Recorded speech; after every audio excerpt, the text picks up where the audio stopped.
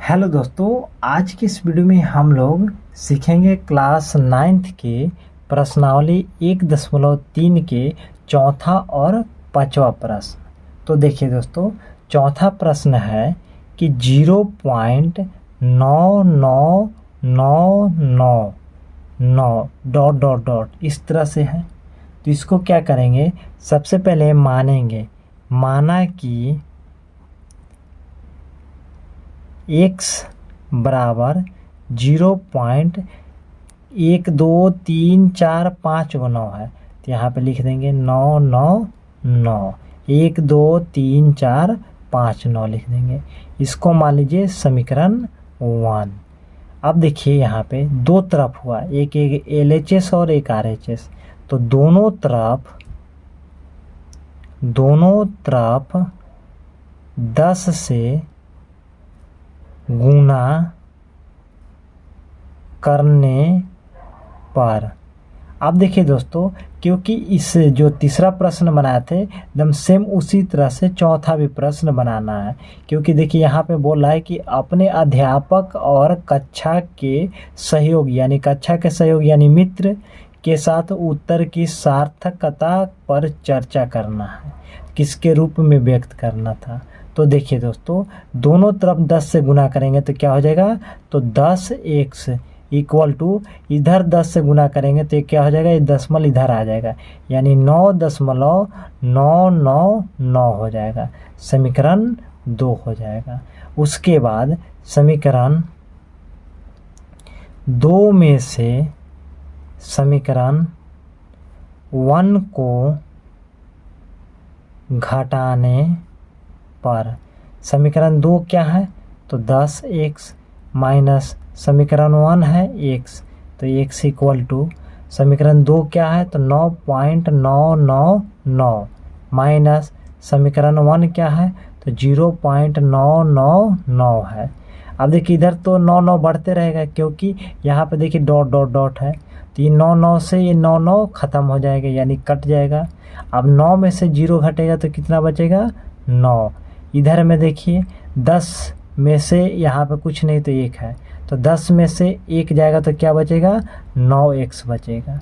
अब 9 से 9 को काट दीजिए तो x बराबर क्या बच जाएगा, तो 1, यानी x बराबर इसका आंसर क्या हो जाएगा, 1। उसी प्रकार पांचवा प्रश्न है कि 1/17 के दशमलव प्रसार अंकों के पुनरावृत्ति खंड में अंकों की अधिकतम संख्या क्या हो सकती है। अपने उत्तर की जांच करने के लिए विभाजन क्रिया कीजिए। तो देखिए दोस्तों, सबसे पहले कि पुनरावृत्ति मतलब क्या होता है, कि जैसे इससे पीछे वाले वीडियो में हम लोग जाने थे कि देखिए पुनरावृत्ति का मतलब होता है जैसे 1/3, तो 3 से क्या करेंगे, 1 में भाग देंगे तो क्या होगा, तो ये देखिए 0 बैठा के दशमलव बैठ जाएगा, यहाँ पे 0 आएगा, यानी ये 10 हो जाएगा। और 3 बार में लिखेंगे ये 9 हो जाएगा, यहाँ पे 1 शेष हो जाएगा। इसके बाद यहाँ पे 0 बैठेगा, 0 बैठेगा, इधर हल करिएगा तो 0.333 आते रहेगा, यानी ये पुनरावृत्ति होते रहेगा। तो यहाँ पे पुनरावृत्ति खंड में अंकों की अधिकतम संख्या पूछ रहा है।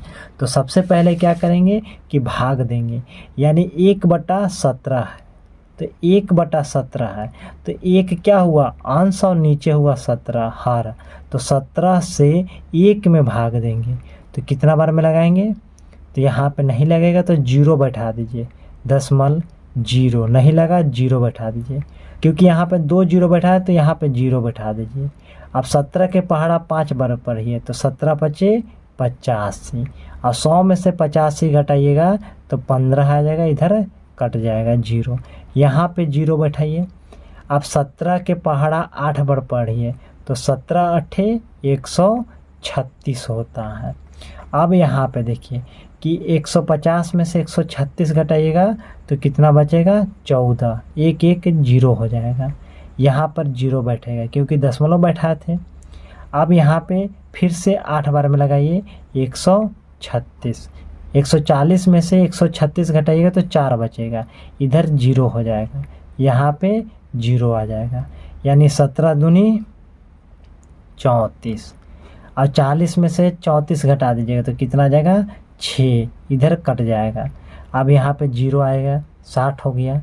यहाँ पे कितना बार में लगाएंगे तो 17 के 17 17 दूनी 34, 17 51, 17 चौके 68, यानी यहाँ पे 3 बार लगाएंगे तो 17 तिया कितना हो जाएगा 51। उसके बाद यहाँ पे 60 में से 51 घटा दीजिए तो यहाँ पे 9 आ जाएगा, 1 कट जाएगा, यहाँ पे 0 हो जाएगा। उसके बाद 17 पचे कितना होता है तो 17 पचे 85 होता है। अब बताइए कि 90 में से 85 को घटा दीजिए तो कितना आ जाएगा 5, 1 कट जाएगा, यहाँ पे 0 बैठा दीजिए तो कितना हो जाएगा 50। उसके बाद 2 बार में लगाइए कितना हो जाएगा 34। उसके बाद यहाँ देखिए 50 में से 34 घटाइएगा तो कितना आ जाएगा तो 16 आ जाएगा। अब यहाँ पे 1 0 बैठा दीजिए, अब यहाँ पे 1 0 बैठा दीजिए कितना हो जाएगा 160। उसके बाद 9 बार में लगाइए तो 17 9 कितना होता है तो 153 होता है। और इससे 160 से 153 घटाइएगा तो कितना आ जाएगा 7, और 1 कट के 0 हो जाएगा। यहाँ पे 0 बैठा दीजिए कितना हुआ 70। तो उसके बाद 4 बार में लगाइए, 17 चौके कितना होता है 68, और यहाँ पे 70 में से 68 घटाइएगा तो क्या हो जाएगा 2, इधर घटेगा तो 0 हो जाएगा। फिर 0 आया तो फिर क्या बार में लगाएंगे 1 बार में, 17 एकम 17, फिर यहाँ घट जाएगा 3 आएगा, फिर ये कट के 0 हो जाएगा, 0 0 बैठते जाएगा। और 17 दूनी कितना होता है 34, तो यहाँ पे 2 बार में लगा नहीं सकते हैं तो फिर से 1 बार में लगेगा, 17 एकम 17। अब यहाँ पे देखिए 30 में से 17 घटाइएगा तो कितना बचेगा 13, और फिर यहाँ पे 0 आ जाएगा। उसके बाद 7 बार में लगाइए तो 13 सत्ते कितना होता है तो 119। अब यहाँ से 130 से 119 घटाइएगा 11 आएगा, और यहाँ पे 0 बैठ जाएगा। उसके बाद 17 के पहाड़ा में 110 कितना बार में आता है तो नहीं आता है, तो 17 के पहाड़ा में 6 बार में 102 आता है। अब 110 में से 102 घटाइएगा तो कितना आ जाएगा तो 8 आ जाएगा, तो 8 यहाँ पे लिख दीजिए, इधर काट कूट हो जाएगा, यहाँ पर भी 0 बैठेगा। अब 17 के पहाड़ा कितना बार पढ़ेंगे कि 80 आएगा, तो 80 तो आता नहीं है, तो 17 के पहाड़ा 4 बार पढ़िए तो 17 चौके 68 हो जाएगा। अब 10 में से 8 घटाइए तो 2 आ जाएगा, यहाँ पे 12 हो जाएगा, 1 0 और बैठाइए। 120 नहीं आता है तो अब कितना बार में लगाइए 7 बार में, तो 17 सत्ते कितना होता है तो 17 सत्ते 119 होता है। अब यहाँ पे घटेगा तो 1 हो जाएगा, इधर घटेगा तो 0 हो जाएगा, यहाँ पर 1 हुआ। यहाँ पे एक चीज़ आप ध्यान दीजिए कि 1 आया और शुरू में भी 1 था, अब यहाँ पे 0 बैठाइएगा तो यहाँ पे 0 बैठेगा, और फिर से यहाँ कितना आ जाएगा 5 बार में लगेगा, यानी यहाँ के बाद जो संख्या है पुनरावृत्ति हो जाएगा। क्या हो जाएगा यहाँ के बाद पुनरावृत्ति। तो क्या आप इसको लिख सकते हैं कि 1/17 इक्वल टू 0.0528294117 और इस पर क्या हो जाएगा कि ये संख्या बार बार रिपीटेड होगा, यानी पुनरावृत्ति हो जाएगा, क्योंकि यहाँ पे देखिए लास्ट में क्या था 1 बच गया, उसके बाद ये संख्या बढ़ते जाएगा। लेकिन क्वेश्चन क्या कर रहा है, कितना के दशमलव प्रसार में अंकों के पुनरावृत्ति खंड में अंकों की अधिकतम संख्या क्या होगा, तो अधिकतम संख्या बस इतना हो जाएगा, ये इसका आंसर हो जाएगा। अगर इसके बाद पुनरावृत्ति बोलता तो ये क्या हो जाता है, इस पर टोटल पर बार हो जाएगा, तो इसका आंसर ये हो जाएगा। इसके बाद छठा के बाद जो भी प्रश्न है वो इससे अगले वाले वीडियो में उसका आंसर आप लोगों को मिल जाएगा।